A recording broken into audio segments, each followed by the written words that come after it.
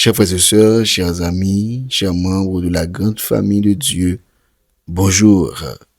J'espère que vous allez bien. Pour moi, de mon côté, tout va bien par la grâce de Dieu. Aujourd'hui, mes frères et sœurs, le titre de la leçon, c'est les instructions du Saint-Esprit.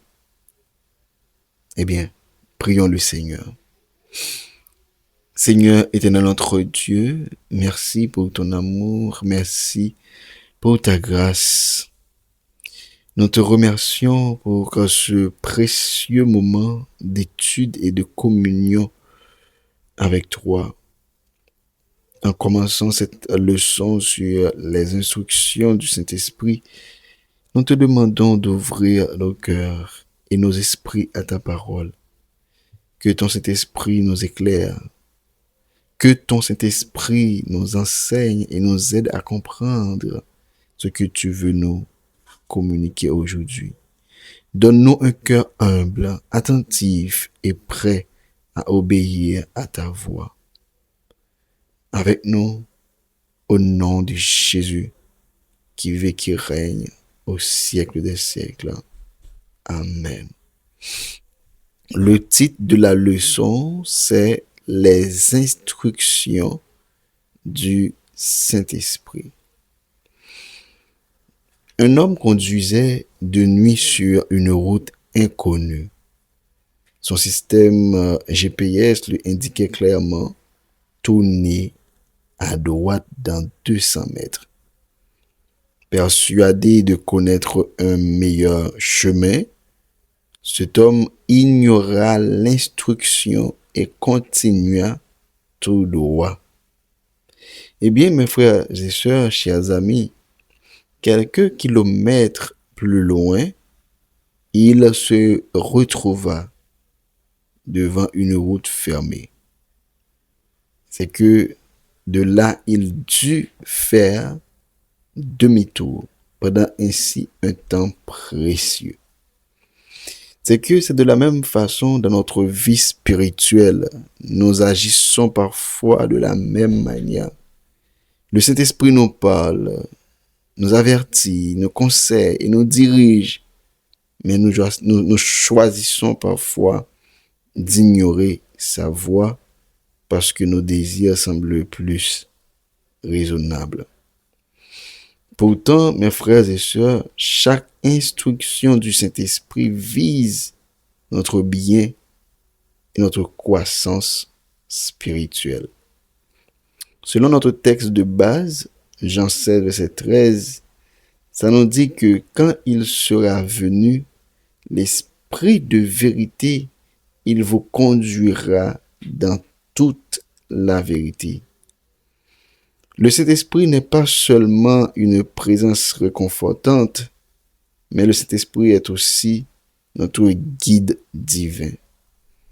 Eh bien, son rôle consiste à nous conduire dans les voies de Dieu et à nous éloigner de tout ce qui pourrait nous séparer du Seigneur. Selon Jean 16, versets 7 à 13, le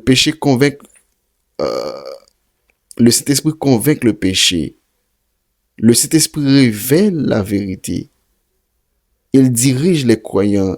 Il parle de la part de Dieu.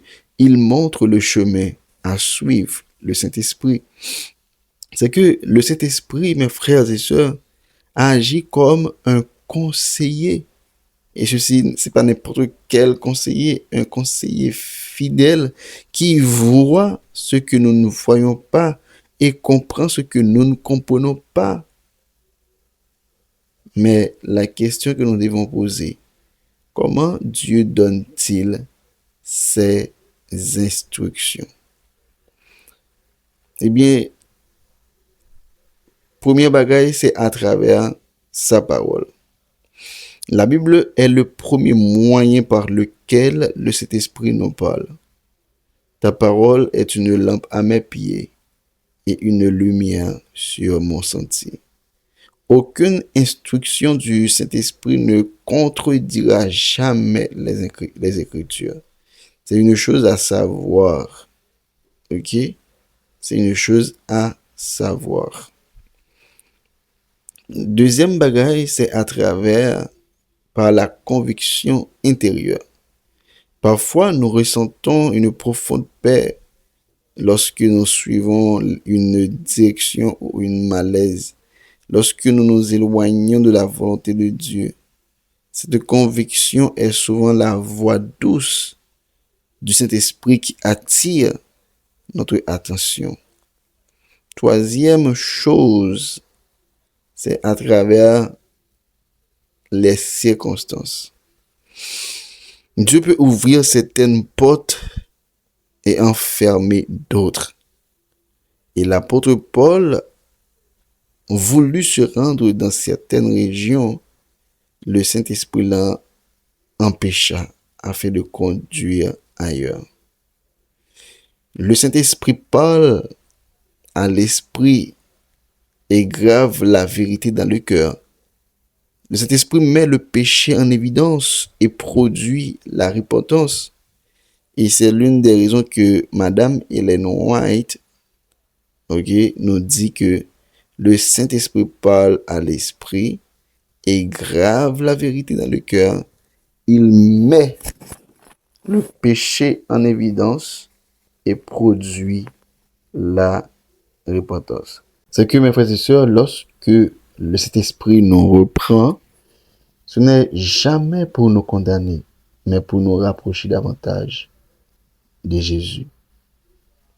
Chaque jour, cet esprit lui-même lui a adressé nous des instructions. La première instruction, c'est pardonner quelqu'un, c'est renoncer à une mauvaise habitude, c'est réparer une relation qui t'écrase et brisée, c'est consacrer davantage de temps à la prière et encore témoigner à une personne. Question que nous avons posée,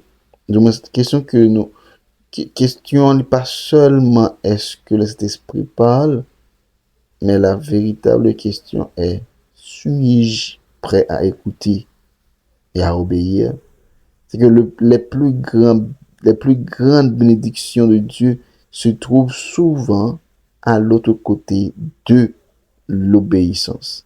C'est que si toutefois que vous voulez joindre les bénédictions de Dieu, eh bien, vous devez y un monde qui obéissant. D'accord? Vous devez un monde qui obéissant. C'est que, mes frères et sœurs, les instructions du Saint-Esprit sont les manifestations de l'amour de Dieu. Celui qui apprend à écouter sa voix marche dans la sécurité, la paix et la victoire spirituelle. Mes frères et sœurs, le Saint-Esprit, c'est une bagaille que nous supposons toujours demander, bon Dieu, qu'à mettre en œuvre dans la vie. Ok? C'est que, nos chrétiens, est-ce que qu'à vivre sans le Saint-Esprit? C'est une question que nous avons posée. Et nous avons que, ou bien on réponse en commentaire. Il y a plusieurs monde qui dit que le Saint-Esprit de Dieu, c'est une force. Il n'est pas en personne. Là, on touché le sujet de la Trinité. Mais est-ce que vous-même, qui sont pensés de ça? Et c'est sûr que très bientôt, on a bien un sujet sur la Trinité. Parce que nous avons besoin de plus d'explications. Mais mes frères et sœurs, nous étions là, nous ne dire plus. C'était votre ami, votre serviteur, Guy Caleb. Rendez-vous en cassé pour demain, si Dieu veut, pour notre capsule. Moi, invitez-nous pour nous capables de partager le son, nous un like et puis quitter un commentaire. D'accord? Si toutefois que vous même nouveau sur page là, abonnez. Et puis pesez petite cloche là pour que vous puissiez toujours recevoir toutes prochaines vidéos. Eh bien, mes frères et sœurs, bon courage dans le Seigneur. Shalom.